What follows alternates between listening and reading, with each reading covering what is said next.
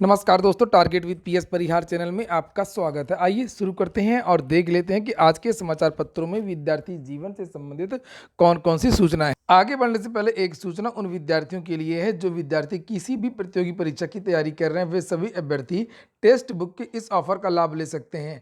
आप लोग जानते हैं कि किसी भी प्रतियोगी परीक्षा में जो मॉक टेस्ट होते हैं, टेस्ट सीरीज होते हैं, वो महत्वपूर्ण भूमिका अदा करते हैं। और मॉक टेस्ट और टेस्ट सीरीज के लिए टेक्स्ट बुक एक बहुत बड़ा और बेहतर प्लेटफॉर्म है। यहाँ पर वैलिडिटी बढ़ा दी गई है। जो ईयरली पास था 1 साल का, उसे अब 18 महीने का कर दिया गया है और ये ऑफर केवल 24 घंटे केवल आज के लिए है। यहाँ पर एक्स्ट्रा 6 महीने हैं वो एक्स्ट्रा दिए जाएंगे और लगभग 580 भर्तियों के टेस्ट सीरीज में आपको भाग लेने का मौका मिलेगा।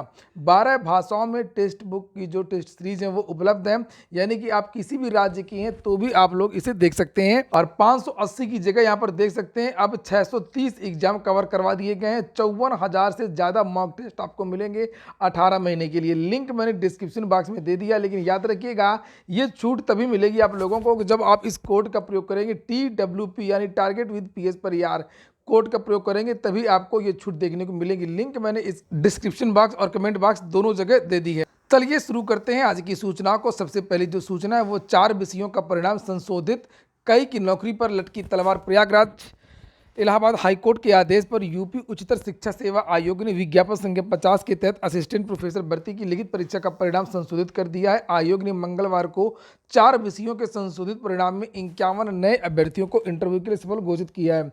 इन अभ्यर्थियों के इंटरव्यू के बाद में इनका अंतिम परिणाम आने तक पूर्व में चयनित कुछ अभ्यर्थियों की नौकरी जा सकती है। और कल प्रधानमंत्री मोदी ने लगभग 71,000 छात्रों को नियुक्ति पत्र प्रदान किया है, उसके बारे में भी सूचना यहाँ पर दी गई है जिन्हें आप लोग देख सकते हैं। कल गोवा और 28 तारीख को मथुरा में भी रोजगार मेला है। और यहाँ पर लिखा है अमृत काल में देश के सारथी बनेंगे भर्ती युवा। और ये कहा गया है कि आदर्श आचार संहिता के कारण हिमाचल प्रदेश और गुजरात को इस बार शामिल नहीं किया गया है। मोदी ने कहा कि रोजगार मेला के आयोजन ने दिखा दिया कि सरकार देश के नौजवानों को नौकरी देने के लिए मिशन मोड में काम कर रही है। युवा देश की सबसे बड़ी ताकत है और सरकार ये सुनिश्चित करने के लिए हर संभव प्रयास कर रही है कि उनकी प्रतिभा का राष्ट्र निर्माण में उपयोग हो। नीचे ये भी लिखा है कि अब मिशन मोड में जो भर्तियां हैं वो तेजी से की जाएंगी। लिखा मोदी ने जून में विभिन्न सरकारी विभागों और मंत्रालयों से अगले 1.5 साल में मिशन मोड में 10 लाख लोगों को भर्ती करने के लिए कहा। अगली जो सूचना है वो उत्तर प्रदेश लोक सेवा आयोग की है। कैलेंडर में LT ग्रेड PCSJ को शामिल करने की तैयारी है। UPPSC को मिल चुका है पदों का अधियाचन, अब जारी होना है विज्ञापन। लिखा है कि उत्तर प्रदेश लोक सेवा आयोग जल्द ही 2023 के लिए भर्ती परीक्षाओं का नया कैलेंडर जारी कर सकता है। अगले महीने जारी होना है, लास्ट दिसंबर में। आयोग को विभिन्न प्रकार के कई पदों का अधियाचन मिल चुका है जिन्हें नए कैलेंडर में शामिल किए जाने की तैयारी है। आयोग को LT ग्रेड शिक्षक भर्ती के तकरीबन 5,418 पदों का अधियाचन मिल चुका है। इनमें से पुरुष वर्ग के 3,341 और महिला वर्ग के 2,077 पद शामिल हैं। इसके साथ ही आयोग को प्रवक्ता GIC के तकरीबन 400 पदों का अधियाचन मिल चुका है, जिसमें से 280 पद पुरुष और 120 पद महिला वर्ग के हैं।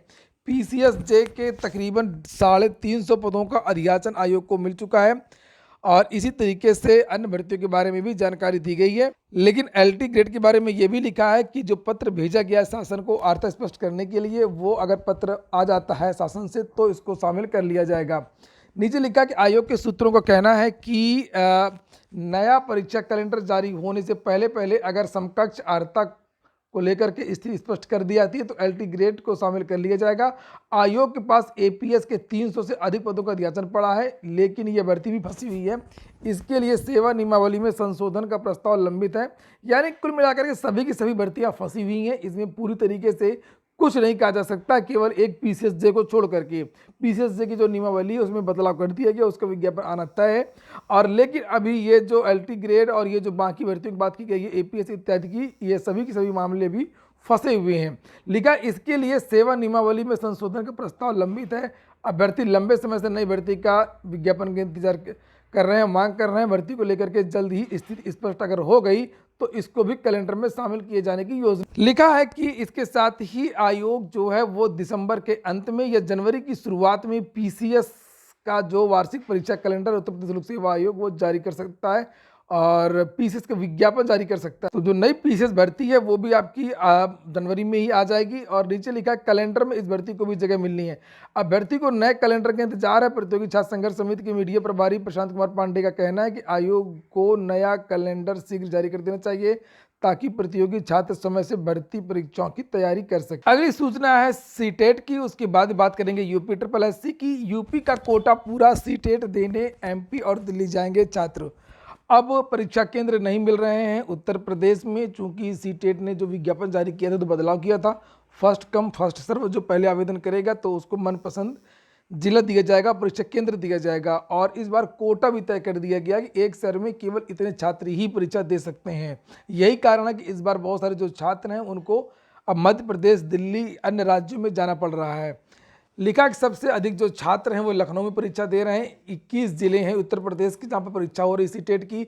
उनमें से 1,10,580 अभ्यर्थी लखनऊ में हैं, वाराणसी में 65,550 हैं, इलाहाबाद में केवल 43,733 हैं, गोरखपुर 44,137 हैं, गाजियाबाद में 41,690 हैं, कानपुर में 46,322 हैं, मेरठ में 38,456 अभ्यर्थियों का रजिस्ट्रेशन हो चुका है।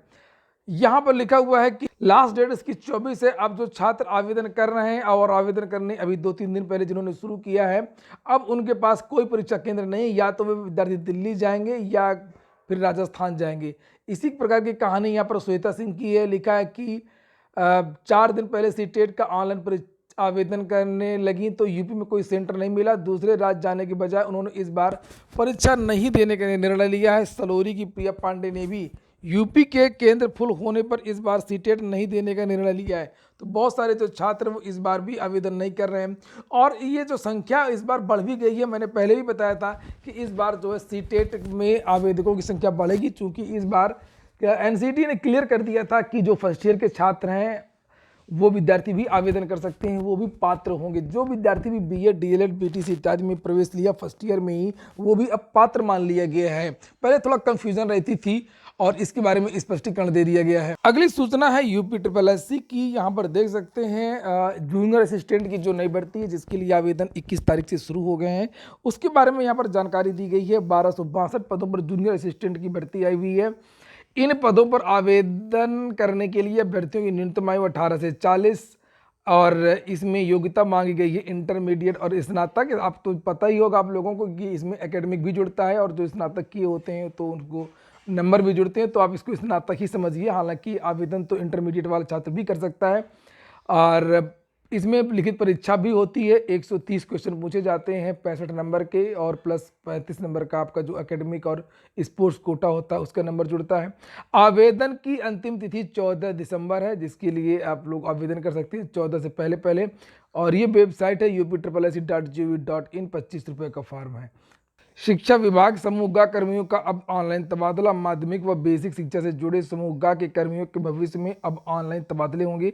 इसके लिए महानिदेशक स्कूल शिक्षा विजय किरण आनंद ने दोनों विभागों के निदेशालयों व उनके नियंत्रण वाले कार्यालयों के कर्मियों का डाटा मानव संपदा पोर्टल पर दर्ज कराने के निर्देश दिए। लखनऊ में महिला अग्निवीर भर्ती 23 तारीख से शुरू हो रही है। भर्ती के लिए इंतजाम हो रहे हैं। इलाहाबाद विश्वविद्यालय में BA LLB प्रवेश के लिए नया कट ऑफ जारी कर दिया गया है। कट ऑफ आप यहाँ पर देख सकते हैं, नीचे लिखा है और अलग अलग सब्जेक्ट के लिए भी एडमिशन हो रहे हैं, जैसे BSc मैथ्स, BCom और BA LLB। SSC JEE 2022 की आंसर की जारी कर दी गई है। लिखा कर्मचारी चयन आयोग ने JEE 2022 की कंप्यूटर बेस्ड परीक्षा 15 नवंबर को देश भर के विभिन्न शहरों में करवाई थी। आयोग ने इस परीक्षा की उत्तर कुंजी वेबसाइट पर जारी कर दी है। अगली सूचना है TGT और PGT की। 25 नवंबर को देखने वाली बात है। सभी छात्रों की निगाहें कि आखिरकार चयन बोर्ड की तरफ से, शिक्षा निदेशालय की तरफ से क्या जानकारी दी जाती है हाई कोर्ट में कि जो सदस्य हैं इनकी नियुक्ति कब तक होगी। पिछली सुनवाई में फटकार मिली थी। यहाँ पर देखिए लिखा शीर्ष अफसर के झूठे हलफनामे पर हाई कोर्ट नाराज। और चूंकि गोरखपुर का एक मामला था और वहां पर अधिकारियों की तरफ से यह कहा गया था कि हम 6 हफ्ते के अंदर अंदर शासन सदस्यों की नियुक्ति कर देगा, जिससे चयन बोर्ड की जो कार्रवाइयां भर्ती संबंधित वो आगे बढ़ेंगी। 6 हफ्ते की जगह 12 हफ्ते हो चुके हैं और अभी तक एक भी सदस्य चयन बोर्ड में नहीं आया। यहाँ पर देख सकते हैं अगली जो सुनवाई है वो 25 नवंबर को होने वाली है। तो ठीक है दोस्तों, ये हो गया आज का वीडियो अगर आपको अच्छा लगा हो, आपके काम का हो तो लाइक अवश्य कर दें। जिन छात्रों ने चैनल को सब्सक्राइब न किया सब्सक्राइब कर लें। पूरा वीडियो सुनने के लिए बहुत बहुत धन्यवाद।